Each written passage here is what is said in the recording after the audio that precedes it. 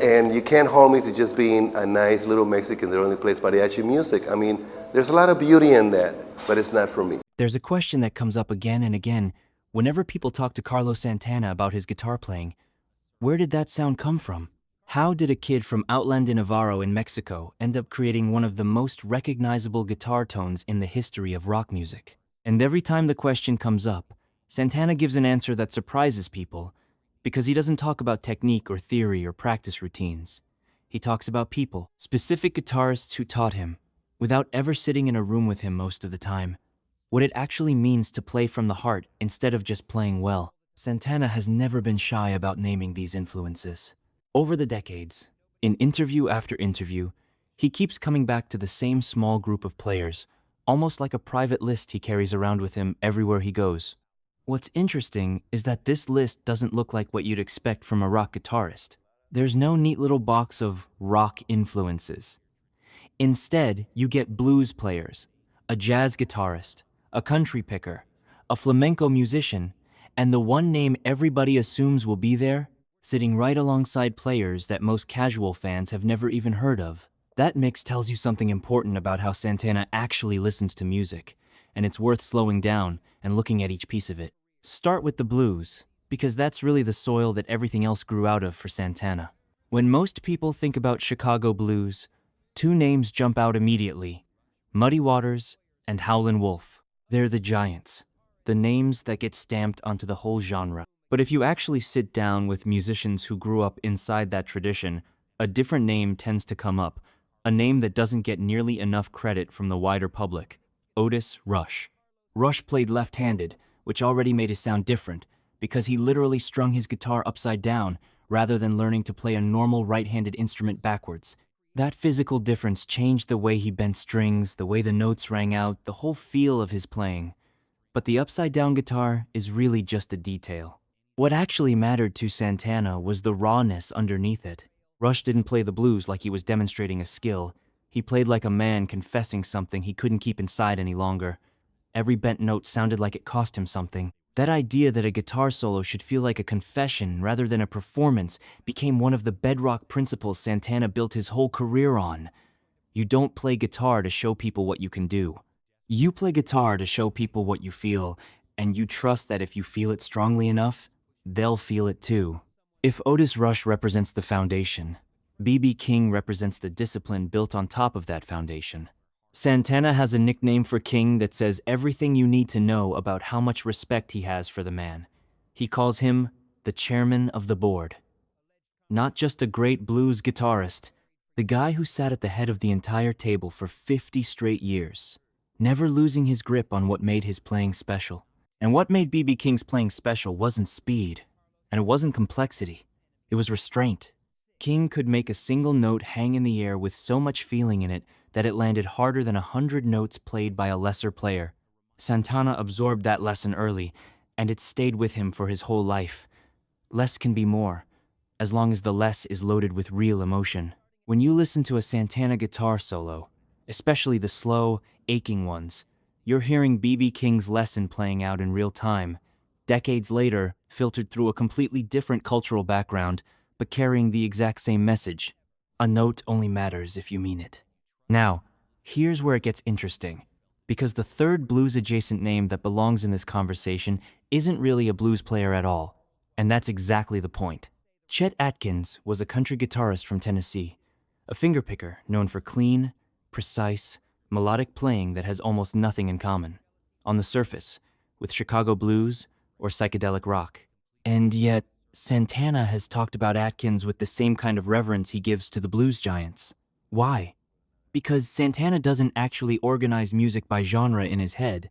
He organizes it by touch, by intention, by whether or not every single note sounds like it was chosen on purpose rather than landed on by accident. Chet Atkins had that quality in spades, regardless of what style he happened to be playing in, and Santana heard it instantly. There's a nice connection here too, because when Santana has talked about his old friend Jerry Garcia, he's pointed out that there was a strong streak of Chet Atkins running through Garcia's playing, that careful, purposeful way of moving through a melody, almost like a kid carefully working his way up and down the neck, finding exactly the right note instead of just sliding past it. That observation isn't something you could make unless you'd really studied Adkins's playing closely, and it shows that Santana's appreciation for Adkins isn't a throwaway compliment. It's a deeply considered part of his musical worldview, even though Adkins's name rarely comes up when people list off rock guitar influences. Speaking of Jerry Garcia, this is probably the most personal relationship on the whole list, because unlike most of the names here, Garcia wasn't just a record Santana listened to growing up. They knew each other, they played together, and Santana has written about Garcia with a level of detail and affection that he doesn't really extend to anyone else on this list, with the possible exception of B.B. King. What Santana loved about Garcia was his complete refusal to stay inside a single box. Most blues musicians, Santana has pointed out, are actually pretty conservative once you get past the surface. They find a style that works, and they stay inside it. Garcia did the opposite. He had blues running through his playing, sure, but he also had bluegrass in there, and old-time American folk music, and Indian classical influences, and country twang, and psychedelic exploration, all blended together into something that didn't belong fully to any single tradition. Santana has described playing alongside Garcia as an almost effortless conversation, where Garcia would float one direction and Santana would move in another direction entirely, and somehow the two guitar lines would still make complete musical sense together. And there's a beautiful image Santana has used to describe Garcia's soloing style. He said it was like Garcia was threading beads onto a string, one note carefully placed after another, building toward something, rather than just throwing the beads around the room in a random scatter. That's a guitarist with purpose, weaving freedom and structure together, rather than treating them as opposites. And that's exactly the lesson Santana took from him. Jump now to a completely different musical world, the world of flamenco, and you find one of the most surprising choices on Santana's whole list. If you ask most people to name a great flamenco guitarist, they'll say Paco de Lucia. And for good reason. He's probably the most technically dazzling flamenco player who ever lived. But when Santana talks about his own favorite flamenco guitarist, he doesn't pick de Lucia. He picks a much lesser-known player named Manitas de Plata, a self-taught Romani guitarist born in southern France who never went through any formal musical training at all. What drew Santana to de Plata wasn't precision. It was fire. De Plata played like the music was bursting out of him whether he wanted it to or not. Like it wasn't a performance choice, but something closer to a biological need. Growing up in Mexico, Santana had Spanish guitar traditions woven into his childhood from an early age, so when he encountered De Plata's playing, he wasn't hearing flamenco as a polished art form performed in a concert hall. He was hearing flamenco as something closer to a force of nature, raw and untamed. Exactly the kind of thing that aligns with Santana's lifelong belief that music exists to move people physically and emotionally, not to impress them with technical skill. That belief that the goal of music is to make the body and the soul respond together, not separately, runs through everything Santana has ever recorded, and you can trace a direct line back to the kind of unrestrained, instinctive playing he heard in De Plata. Now let's talk about jazz, because Santana's relationship with jazz guitar runs through one specific player, Wes Montgomery. Santana has used a wonderful comparison to describe what it felt like hearing Montgomery for the first time. He compared it to climbing inside a Rolls-Royce. Not because Montgomery played fast or aggressive solos, but because of the sheer smoothness and confidence of his playing, the sense that you were being carried somewhere beautiful by someone who knew exactly where he was taking you and never once doubted the route. There's a detail Santana likes to point to when he explains why Montgomery matters so much. John Coltrane, widely considered the greatest saxophonist in the history of jazz, wanted Wes Montgomery in his band. Think about what that means. The single greatest figure in jazz saxophone looked across the entire musical landscape and decided this particular guitarist was the one he wanted standing next to him. That alone should end any debate about where Montgomery belongs in the conversation about great guitarists. What Santana took from Montgomery wasn't a specific technique, even though Montgomery was famous for his thumb-picking style and his use of octaves. What Santana actually absorbed was a bigger idea, that a guitar could be sophisticated and emotionally direct at the same time, that you didn't have to choose between playing something harmonically complex and playing something that reaches straight into a listener's chest.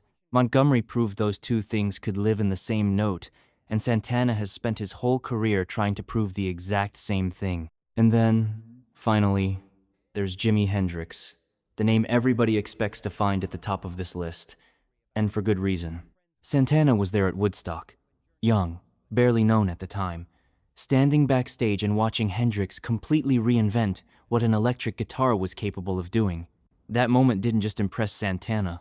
It confirmed something he already suspected deep down, that a guitar, played at the absolute highest and most fearless level, could change a person standing in a crowd into someone who would never hear music the same way again.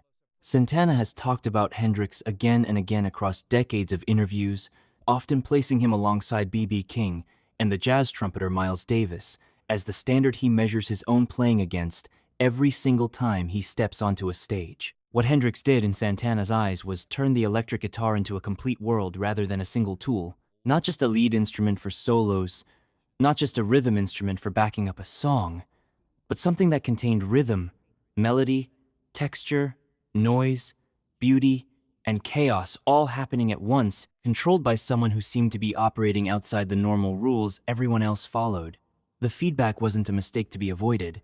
The whammy bar wasn't a gimmick. All of it was the music itself, woven together into one continuous voice. Santana has talked about Hendrix not just as a brilliant guitarist, but as something closer to a spiritual force, a musician who understood that the instrument in his hands was a vehicle for something much bigger than entertainment. That idea that the guitar can be a doorway to something spiritual rather than just a tool for making sound has guided Santana's entire career, and he's been chasing the understanding Hendrix first showed him for more than 50 years now. When you step back and look at this whole group of names together, Otis Rush, B.B. King, Chet Atkins, Jerry Garcia, Manitas de Plata, Wes Montgomery, and Jimi Hendrix, what jumps out isn't the differences between their styles. It's the thread running underneath all of them. None of these players got picked because of speed or flash or technical complexity for its own sake. Every single one of them got picked because they played with total commitment, because every note they touched seemed chosen rather than accidental, and because their playing connected to something underneath the music rather than staying on the surface of it. That's the actual lesson hiding inside Santana's list, and it's a lesson that goes well beyond guitar playing. It doesn't matter what genre you work in. It doesn't matter whether you're trained in a conservatory or self-taught in a family tradition passed down through generations. What matters is whether you mean what you're doing. Santana built an entire 50-year career out of that one belief, and every time he names these 7 guitarists, he's really just explaining, piece by piece, where that belief came from and why he's never once let go of it.